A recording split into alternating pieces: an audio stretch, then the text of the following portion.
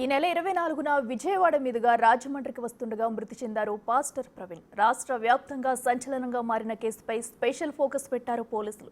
ఈ క్రమంలో విజయవాడకు సాయంత్రం 5 గంటలకు పాస్టర్ ప్రవీణ్ చేరుకున్నట్టు గుర్తించారు.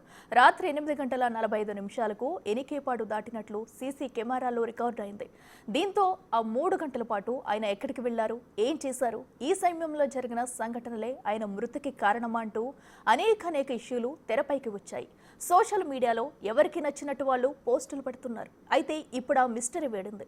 ఆయన ఆ 3 గంటలు ఎక్కడున్నారో, ఏం చేశారో కనిపెట్టారు పోలీసులు.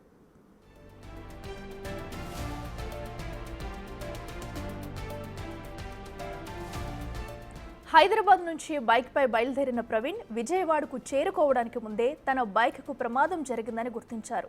రామవరపాడు రింగ్కు 50 మీటర్ల ముందు నేషనల్ హైవేపై బైక్ను ఆపి పక్కన కూర్చున్నారు. అంతకుముందు జరిగిన ప్రమాదంలో ఆయన బైక్ స్వల్పంగా దెబ్బతిన్నదని గుర్తించారు. 2 రోజులుగా మహానాడు జంక్షన్ నుంచి ఎనికేపాడు వరకు సుమారు 200 కెమెరాలను పోలీసులు జల్లెడ పట్టడంతో ఈ విషయాలు బయటకు వచ్చాయి.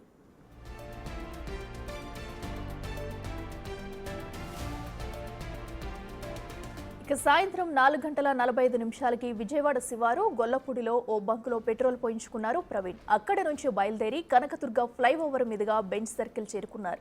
5:20 రామవరపాడు రింగుకు కొద్ది దూరంలో బైక్ ఆపి కూర్చున్నారు. ఇది గమనించి అక్కడికి వచ్చిన ట్రాఫిక్ ఎస్ఐ సుబ్బారావు అతనికి త్రాగునీరిచ్చి పక్కనున్న పార్కులో కూర్చోబెట్టారని దర్యాప్తులో తేలింది. సాయంత్రం 5:30 గంటల నుంచి రాత్రి 8:30 గంటల వరకు ఆయన పార్కులోనే రెస్ట్ తీసుకున్నారు.